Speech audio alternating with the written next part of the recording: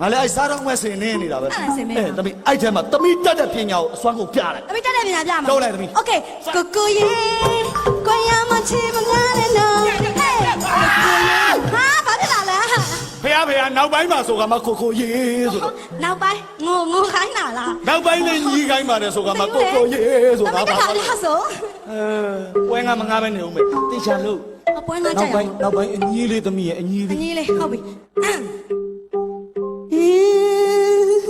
ရှင်နေမပူလောင်လာကြီးရဲ့ရှင်နေမပူလောင်လာကြီးရဲ့ရှင်လေးတစ်ခွက်လောက်အဲ့ဒါကိုလာလာကြီးကောင်းတာပူလာပါလို့ရေတောက်ရှင်ပါနေနောက်ပိုင်းငိုခိုင်းနေတာနော်ဘယ်နဲ့ကြောင့်လာပြီးတော့ရေတွေတောင်းနေတာတို့ဒီခါတကယ်လောက်မယ်ဝယ်ငါလွယ်ဝိုင်းမရဘူးနော်ဟုတ်ပြီငါတို့မှတစ်နှစ်လုံးမှဒီတပွဲရှိတာတာမင်းကမယ်ရင်မခံစားရတဲ့ဖြစ်ကိုမင်းကနာမလဲဘူးငါရဲ့တရားတွေအခုထိတိုင်း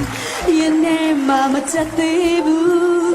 တရားတွေအခုထိရင်ထဲမှာမချက်သေးပါဘူးစားရစင်မင်းကြီးရဲ့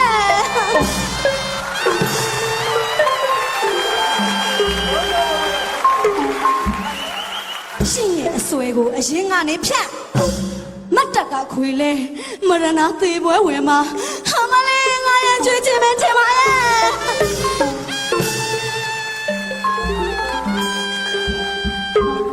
ဂျုံကြနေပြီဂျုံကြနေပြီ30ကိုဖိုက်ပူကြီးတော့ဂျုံကြနေပြီဂျုံကြနေပြီ30ကိုဖိုက်ပူကြီးတော့ဂျုံကြနေပြီဟေးဘာကြောင့်များရွှေမြတ်တော်ညိုအလိုမကြဖြစ်ပြီးဂျုံကြနေရတာလေဖိုက်ပူကြီးရဲ့ဘာဖိုက်ပူကြီးလားအေးနမတော်လေးရဲ့နမတော်ငယ်မလာပါဖေယားအချစ်ဆိုတာပူလောင်နေမီးတောင်ငယ်တစ်ခုပါဖေယားဘယ်သူမပြုတ်မိမိမှုစဉ်းစားကြည့်ပါရခုဖေယားကလေးဒီစားတော့ကြောက်မှုနေကလေးလိုပဲနမတော်ကြီးရဲ့မြစ်တာအေးမြတဲ့စမ်းကြောင်းငယ်တစ်ခုပါဖေယား928ထပ်ပိုးရင်ဟာမလေးငိုမရဲစုကြရပါပြီဖေယား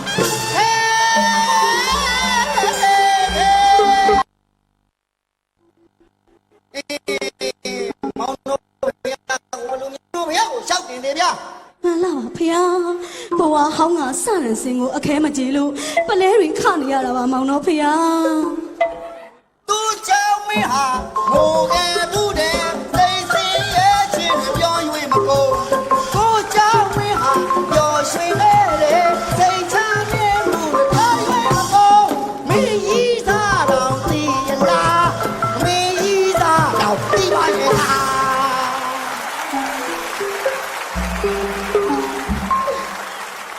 မလေးမောင်တို့မရဘူးဖက်နေရောက်ဒီလိုစကားတွေပြောနေရတာလေဘယ်အညို့ရဲ့ကြောင်ရွှေမြနေလို့စုံနေရတာလေနှမတော်မောင်တို့ဖះကိုပွင့်ရလင်းကြောင်တော်ဦးတင်နေဗျပွင့်လေးပြောရမယ်ဆိုရင်တော့စရန်စင်မင်းကိုအရင်ကနေဖြတ်ရမှာကျင့်တတ်နိုင်ပါမယ်ဖေယားအောင်မလေးမဆောဖះမြတ်စွာဘုရားဟာမဆောလေဖះတင်ထားတယ်ဟာကြားလို့မှမတော်မြင်လို့မှမကောင်းအရင်ကနေဖြတ်มาတော့ငုံတီတီကြီးဖြစ်နေတော့မှာပေါ့မရအောင်စရန်စင်ရဲ့အစွဲကိုအရင်ကနေမဖြတ်ရရင်နှမတော်လေးပဝင်လေးကွဲပြီးသေပွဲဝင်ရပါလိမ့်မယ်မောင်တို့ဖေယားလိုချင်နာယူနိုင်နဲ့ငါပဲရှိတာအကုန်လုံးွယ်ဒါပေမဲ့မိတ်ကလေးရဲ့လမ်းခွဲစကားတော့မဆိုပါနဲ့အမလေးမောင်တို့ဘုရားကိုလမ်းခွဲစကားတွေမပြောပါနဲ့လားအရှိန်ယူတာဟာမောင်တို့ဘုရားကိုအေးနှမတော်လေးကခြားတန်းဆင်းမင်းရဲ့အစွဲကိုရမှဖြစ်မယ်ဆိုရင်တော့မောင်တော်ဘုရားအာကိုအားထားပြုတ်ရတဲ့အေးမုတ်ဆိုးကြီးမြို့တုတ်တိုးကိုခေါ်ပေးမယ်ဗျာတောနှုတ်ထိုးနှမတော်လေးသိလည်းမသိပဲနဲ့အစတုန်းကဒီကောင်မြို့ပေါ်မှာတုတ်တစ်ချောင်းနဲ့လှုပ်ရှားနေတာအခုမှတော်တယ်ဝင်ပြီးသူ့ကိုယ်သူတောနှုတ်ထိုးတယ်အမေမှတ်ပုံနေတော့အစ်စ်လှုပ်ထားတယ်ဆိုပဲဟာ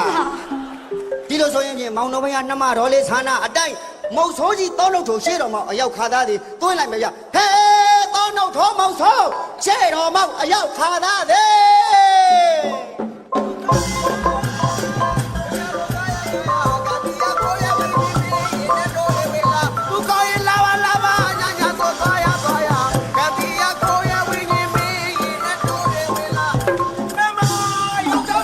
မ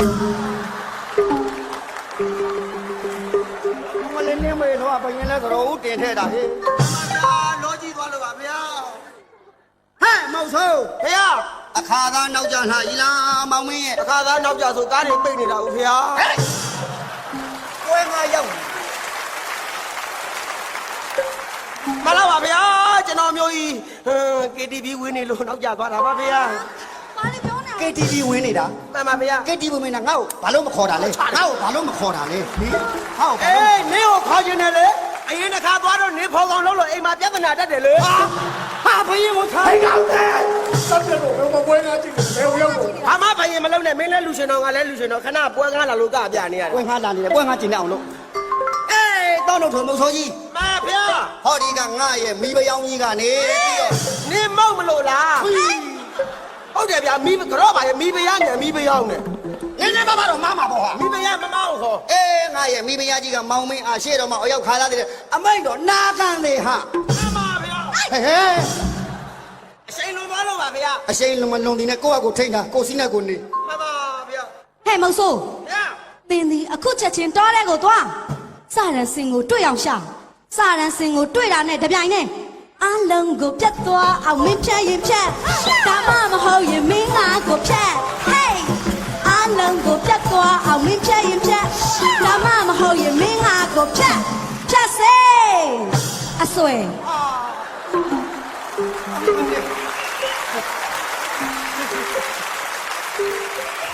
တော်သေးတယ်အစွဲကဲလို့အစွဲမကဲငါထင်တာတန်းနေတာပဲဘာလို့အစွဲပြောပါတယ်မှန်ပါဗျာကျွန်တော်မျိုးကြီးတောင်းတုံထုံမုံဆိုးတခင်မာလေးအတွက်ဆိုရင်ဖြင့်ဘာပဲလုံးရလေအသက်များပြီဆုံးတော့မတုံလောက်ပါလေ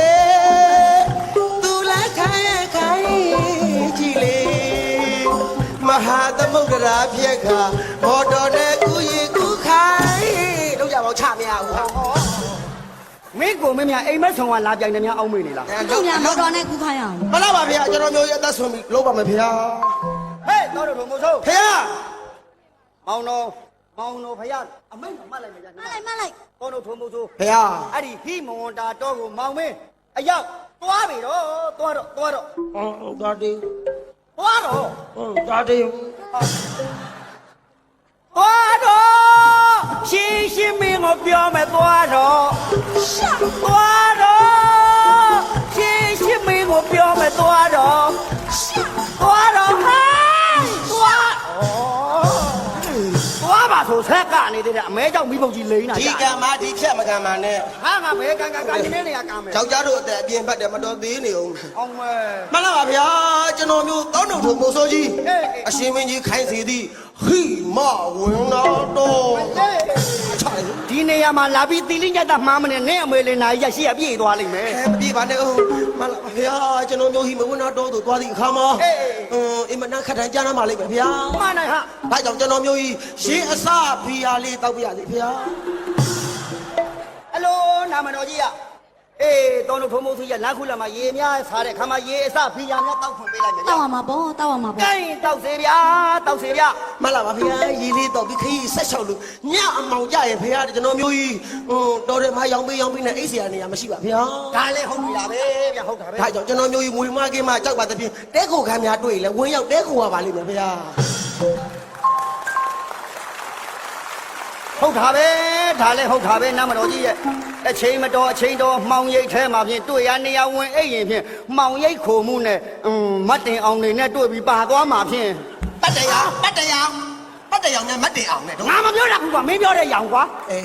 ပတ်တရားမှာဗျာ အေးအဲ့ဒီပတ်တင်အောင်လေးနဲ့တွေ့တဲ့ခါမှာမောင်မင်းပါသွားမယ်နော်မတင်ငါမှုနဲ့ဖမ်းခံမလွယ်ဘူး မလားပါဗျာ အဲ့တော့မောင်တို့ဗျာအိတ်ဆက်နာကိုဝင်ပိတ်လိုက်မယ်ဗျာ ပြေးလိုက်ပါ တဲ့ခိုကမ်းမြအိတ်ဆက်နာခိုသေးဗျာနာခိုသေးဗျာ မလားပါဗျာအဲ့ဒီလိုတဲခိုကမှအိတ်တဲ့အခါညဘက်ကျတော့မုံဆိုးသေးကြောက်တယ်ဗျာ ဟာနဲ့ကွာမုတ်ဆိုးတော်တဲ့နေပြီးတရေကြောက်တာဒီတကောင်မဲတွေ့ဘူးဟာ အဲ့ဒီအကြောင်းမို့ကျွန်တော်မျိုးတရေကြောက်တဲ့အတွက်အဖော်များလဲခေါ်အိတ်ခွင့်ပြုပါဗျာ နာမတော်ကြီး အိတ်ခိုင်းလိုက်ပါ ဒီကောင်နေတိတ်ပြီးခွန်ရင်မပေးရဘူးခွန်ရင်ပေးတယ်လို့ယူတာပဲဟာ ဟိုရတဲ့အချိန်ယူရတာ ကိုင်းဒီတော့လေယောက်ျားသားချင်းကိုချင်းစားပါတယ်ဗျာအိတ်စေဗျာအဖော်လေးနဲ့အိတ်စေဗျာ ငါလာပါဗျာအဲ့ဒီလိုအဖော်လေးနဲ့အေးဒီနည်းနည်းမိုးတော့အာယုံရောက်ရင်ကိုစိတ်မချလို့စေးထိုးဖို့လေလိုပါတယ်ဗျာ မလေး ချတယ် နင်အဖော်နဲ့အိမ်မှာတော့ဘာမှဆေးထိုးကြမလို့ဘူးလုံုံပြီးသား တောက်တယ်နေတော့နင်းတောက်နေဒီမှာ အစကနေပါကင်ရှာကူက ဟဲ့အောင်ဗျာပါရီရောက်ကုန်တာလေငါဆက်ပြတ်တော့မယ်နော်ပွဲသားရှိတယ် မလာပါဗျာဒါဆိုရင်ကျွန်တော်မျိုးကြီးတောင်းတော့ထုံမိုးဆိုခိမဝင်တာတော့သူသွားပါတော့မယ်ဗျာ ကြိုက်သွားသေးဗျာသွားသေးဗျာ ဖလပိုင်းဒီ မောင်မေ ဗျာ မောင်မေသွားတဲ့ခါမှာလမ်းခုလက်မှာအခက်အခဲတွေရှိမယ်ဗျာ ဖေမလာပါဗျာအဲ့ဒါတက်တာဗျာတော့ပါတော့ဗျာဟိုတော်တဲ့သွားကဆင်းရှာတဲ့တရေကြောက်တက်တာကျွန်တော်ပါကွယ်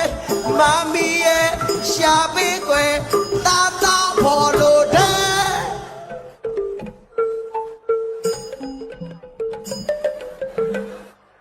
မြို့ကြီးပြကြီးမနေ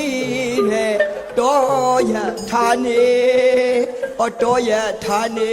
မအဲ့ဒီကအစဆင်းဖြစ်ရတဲ့ကိုယ့်ဘဝအခြေအနေကိုယ့်အသက်အရွယ်ငါနှစ်ကျော်10နှစ်အတွင်းဆင်ဖို့များနဲ့ကစားခဲ့ရပျော်ပျော်ရွှင်ရွှင်မမေ့နိုင်ဘူးအစင်ကိုသာသိစင်တော်ရထားနေကို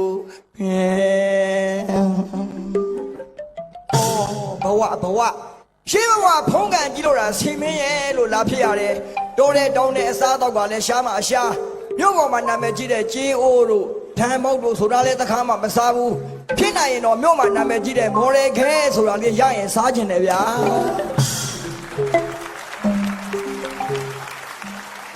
အဲ့ဆရာနေရကလည်းရှားပါ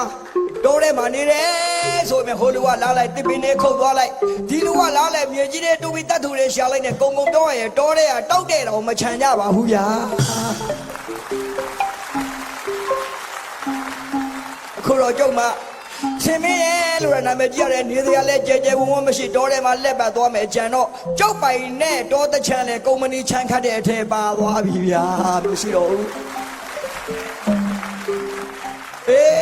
တော်တဲ့တောင်ထဲမှာဆင်းနေဖို့စိတ်သိမ့်ဆိုလို့ငါပြောပင်လေးနှစ်ပင်ပဲကြံတော့တယ်တန်နိုင်ပါဘူးလေအဲ့ဒီຢာတွေမှာကျမ်းမာရမကောင်းအစွဲတွေရလဲနားသွားတွေကကြိုက်လို့ဟိုးသွားဆရာဝန်သွားပြတော့အစွဲတွေပိုးစားတယ်ဆိုဖြတ်ပလိုက်တာငုံစီပဲကြံတော့တယ်ကအစွဲလဲရှိတော့ဘူးအဲ့ဒီຢာတဲ့အိမ်မက်ကလည်းမကောင်းဘူးညကအိမ်မက်ထဲမှာခေါင်းဆင်းနေလေတဲ့ဗျဒီကောင်းပဲဆင်ကလာနေမလဲမသိပါဘူးအိမ်မက်တရားမကောင်းပါဘူးလေအလိုကြည်သားမဟုတ်ဟိုဘက်ကမဲနဲ့လာနေတာဟေးအောင်မဲလေးမီးသွေးဖုတ်တဲ့ကောင်ကြီးလားမသိပါဘူးခမဟုတ်ဆိုဟမ်ဟုတ်ဆိုဟာတကယ်ကြီးဟာအလုံးဟာတဲ့ဝါသားလေကွာငါတော်ထဲမှာတယောက်တည်းနေရတာပြင်းနေတာအဖော်မရှိလို့အေးဟာတွေ့တော့ဝမ်းသားတယ်တကယ်ကြီးဟာနေကောင်းရဲ့လားနေကောင်းတာဗော တယောက်တည်းလားအေးဗောဖွန်ပေါက်တယောက်တည်း ဟိုတော်ထဲမှာလာလောက်တာလေဒီလိုပဲဗောကတစ်ပင်တွေပါလေမခုံးနဲ့နော်ဘာဖြစ်လို့လို့တော်ထဲမှာတစ်ပင်ခုံးရင်တစ်တပင်ခုံးရင်ထောင်သုံးနှစ်ဟာ တော်လုံးခုံရင်ရော တထဲဖြစ်တာပေါ့ ဘာသာပြောထောင်ကြမယ်လှုပ်ဆန်းပါကွာ အေးထောင်ကြမှာတငယ်ချင်းမင်းနိုင်ငံနဲ့တွေ့ရတာတငယ်ချင်းမိတ်ဆွေဖွဲ့တယ်ဖဲကလေးသူစီတငယ်ငါပြောမယ်ငါတောထဲမှာနေရတာတယောက်တည်းပြင်းလာပြီမင်းရောက်လာမှာပဲဝမ်းသာရတယ်ဒါနဲ့မင်းတောထဲပါလာလောက်လာတဲ့ဟာ တော်တဲ့ပါငါဟိုစင်လားရှာတာကွာဘယ်စရစင်မင်းကိုလားရှာတာ ဆက်လာစင်မလာရှာတာဟာဝမ်းသာတယ်ကွာတငယ်ချင်းအဲ့ဒါငါဟာမင်းရစင်ငါဆက်လာစင် မင်းဘယ်မနှုတ်နာမောမိုင်းနဲ့တိုက်မှာဆိုလို့နင်းမိုက်ကမလွတ်လို့နောက်ထားတာဒီမှာနော် ဒုက္ခပဲငါရှောင်းလင်းအောင်မေလို့နောက်ကအမိနဲ့ဆိုတော့တကယ်ဝမ်းသာတယ်ငါစတာဆင်မင်းဘာလို့မလို့လဲအဲ့ဒါဆိုဝမ်းသာတယ်ကွာအဲ့တော့ငါအထူးရှာတရားမလို့တော့ဘူးအေးဘောဟာငါမင်းကိုအဆွဲလားပြတ်တာ ဟာဝမ်းသာလိုက်တော့တကယ်မင်းနဲ့ငါနဲ့မှအခုမှတွေ့လို့အခုမှခင်းရတာပါဘောလုံးပဲလည်းမလောင်းဘူးပါဘူးချဲလည်းမလောင်းဘူးပဲနဲ့မင်းကဘယ်ဘဝဘယ်ညိုးနဲ့ငါအဆွဲတွေဖြတ်ချင်တာလဲတကယ်ချင်းရဲ့အေးကွာမင်းနဲ့ငါတကယ်ချင်းရတကယ်ချင်းရန်ညိုးရန်စားမရှိပေမဲ့ငါတခင်မလေးကမင်းဟာမမရရင် तू မနေတတ်ဘူးတဲ့ကွာမင်းတခင်မှာဘာလို့ရင်တာတော့အဆွဲလေးထောက်ကြတော့မွေကြိုက်မှာဆိုလို့လားကွာအချိန်မပြည့်မှာအချိန်မီမှာဆိုလို့ကွာအေးတကယ်ချင်းမင်းတခင်မလေးကနာမည်ဘယ်လိုလဲကွာစူလသူဘတာဘာဖြစ်ဩပါကွာလန့်တာအောင်မလေးစူလာသူပါတာတဲ့ဘဝဟောင်းငါမြန်တို့သူရဲ့တန် ရက်ဆက်လိုက်တာ နတ် မောင်ပေါ်မှာရက်ဆက်လာလာမြန်တို့သူရဲ့ဘယ်ဘဝရန်ကျွေးနေကြောင်မင်းကအုပ်ချရတာလဲမတတ်နိုင်ပါဘူးမင်းကရန်ညိုးကြိုက်ကြည့်တဲ့လူမင်းကရန်ရှာခြင်းတဲ့လူကိုကမေတ္တာပွားခြင်းတဲ့လူဒါကြောင့်မလို့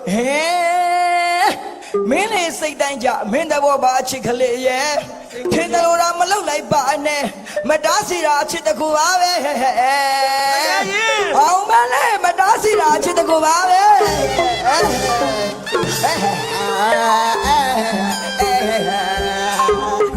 အမှန်လေးကွာတကယ်ကြီးဟာငါမင်းကိုကြည့်ပြီးတော့လေတနာလုံးလို့မင်းကိုကြည့်ပြီးတနာလုံးလို့ ဝမ်းသာတယ်ကတနာပြီးမဖြတ်တော့ဘူးလား ဖြည်းဖြည်းချင်းမြင့်ဖြတ်မယ်မဖြတ်လို့တော့မရဘူးကွာတခင်မလေးကမင်းဆိုတော့ရောက်ယူခိုင်းတာ မင်းတခင်မလေးပြောလိုက်ပါဘဝဟောင်းကရန်ညိုးတွေဘလို့ပဲအညိုးအတေးအာဃာတတွေကြီးပေမဲ့မေတ္တာတရားကအောင်နိုင်ပါတယ်ကွာအသက်ပင်သေးပေမဲ့နှလုံးသားရှင်သန်ပါတယ်ကွာရန်ညိုးကြီးတဲ့ချစ်သူကိုပြောလိုက်ပါဘယ်တော့မှအညိုးတေးတွေမထားပါနဲ့မေတ္တာတရားနဲ့ဆွဲဖြတ်ခံသွားတယ်ပြောလိုက်ပါနော် အေးအဲ့ဒါဆိုဖြတ်မယ်ကွာကြားတယ်လို့ ဖြတ် မယ်ကွာ ရော့ချက် မရိုင်းလိုက်လား ဒီမှာအဆွဲပြောတာ ဒီလိုဖြတ်လို့အဆင်မပြေဘူးလေမင်းလေးဘက်ကုန်းပေးမှအဆင်ပြေမှာပေါ့ ဘာပြောတယ် ဟုတ်လေအစဲဒီလိုဖြတ်မှာငါဒီလိုလေးဖြတ် ဆင်းမင်းကွာလေးဘက်တော့ပြီးစီဝါရှာတယ်မှာငါမပါဘူး မင်းကအဲ့ဒါပြောတာမဟုတ်ပါဘူးလုံးသားမှာကွာကြာလုံးလို့မင်းငါ ဟို ဆက် ဘာဒါမှမဖြတ် ဖြတ်မယ်နော် ကျွာ ဘာလုပ်တာလဲဘာလုပ်တာလဲ နောက်ကရောက်တော့ရောက်ခိုင်မထူးဘူးလေကွာစင်မိလာကြည့်တာအမွေးလေးမျက်စိစင်မိလက်ဆိုလုပ်ပေးရအောင် အဆွဲကိုရင်ဖြတ်ပါအဆွဲဖြတ်ပြီးတော့နေကြိုက်တာလုပ်ပါဟာ ကျွာဝေတို့ရွာဝေကျွာဝေ နေနေလုပ်ပါနာလာပြီဒီမှာ ကျွာလိုက်အောင်ပြီးပြီ ရွာထဲရောက်ပြီးတော့ချက် ကျွာဝေခီးမယ်ဟာခဏလေးတကယ်ချင်းခဏလေး မာတော့ ဟာပြက်ပြီရပြီ ရပြီလားအောင်မလေးပြက်ပြီလားတကယ်ကြီး ပြက်ပြီကွာ တေးကြပြီလား ရ တကယ်ပြက်ပြီလား တကယ်ပြက်ပြီကွာ အဲ့ဒါဆိုငါသေးပြီတော့ငါသွားပြီသေးပြီနော်ငါသေးပြီနော်ငါသေးတော့မယ်နော် သေတော့ သေးတော့မယ်နော် သေလိုက်တော့ တက်တာတေးရလား တက်တာတေးရ သေးပြီကွာသေးပြီတကယ်ကြီးသေးပြီကွာ သေတာမြဲအရစ်တက်နေတယ်မင်းနောက်ဆုံးဘာမှအရစ်သေးလို့ အိုးကောင်းတန်မြန်မာထိုင်ပေါင်လေးရရင်တထုပ်လောက်ဆွဲခဲ့သမ်းပါလို့ ကဲအဲ့တော့ပြောနေကြတယ်ပြောမနေကြဘူးခြေတစ်ခါလမ်းလိုက်မယ်နန်းတော်ရောက်ရော်လဲဟဲ့ဟာမလာပါဗျာကျွန်တော်မျိုးတောင်းတုံထုံမုတ်ဆိုးခါသားကြောင်းပါဗျာ အလိုတောင်းတော့ထုံမုတ်ဆိုး ဗျာ ခိမဝန်တာတော့ပြန်လာပြီလားဟဲ့ မလာပါဗျာ ငါမတော်ကြီးဗျာ ဖျား တောင်းတော့ထုံမုတ်ဆိုးခိုင်းလိုက်တာပဲအစင်းပြေးလာဆိုမဲတော်ရှိပြီဗျာ ဟဲ့မောင်ဆိုး ဗျာ အစွဲရောပါခဲ့ရဲ့လားဟဲ့ မလာပါဗျာစရံစင်မြင့်သွားပိုးစားလို့အဆွဲတွေနှုတ်ထားပါတဲ့ဗျာဒါပေသည်ကျွန်တော်မျိုးကြံသည့်ငုတ်တုံလေးအားကျွန်တော်မျိုးဖြတ်ပြီးနှုတ်ယူလာခဲ့ပါတယ်ဗျာ စက်တာလန် ဒါလေးရှုသားတော်မူပါဗျာ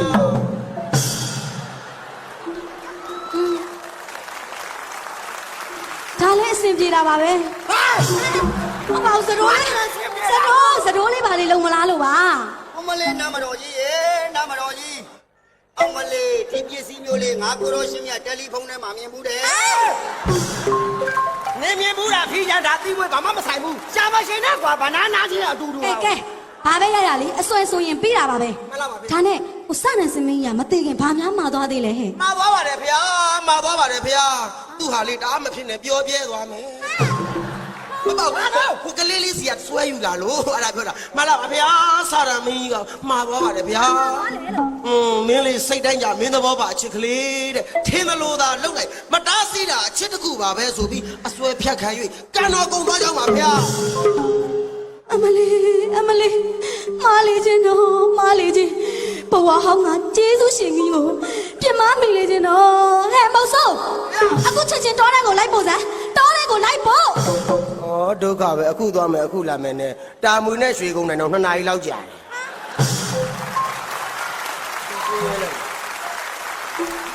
မလာပါဗျာ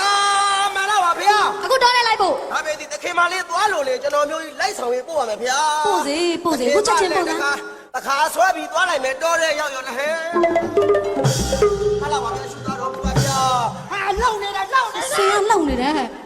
ခဏနေလို့ သေးပြီလား တဲနေပြီ လာရင်လည်းဖုန်းလေးပါလေးဆက်ပါလား ဟိုလိုက်မှမပြီးတာဘလို့ဆက်မလို့ ဘယ်ဖုန်းမှလိုက်မမေ့ဘူးဟာ မလာပါဗျာအခင်မလေးဖုံးကြံကြောင်အလောင်းသာကြည့်ပါဗျာဘာမှလည်းမစားဘူးလို့တိုင်းပါကြလို့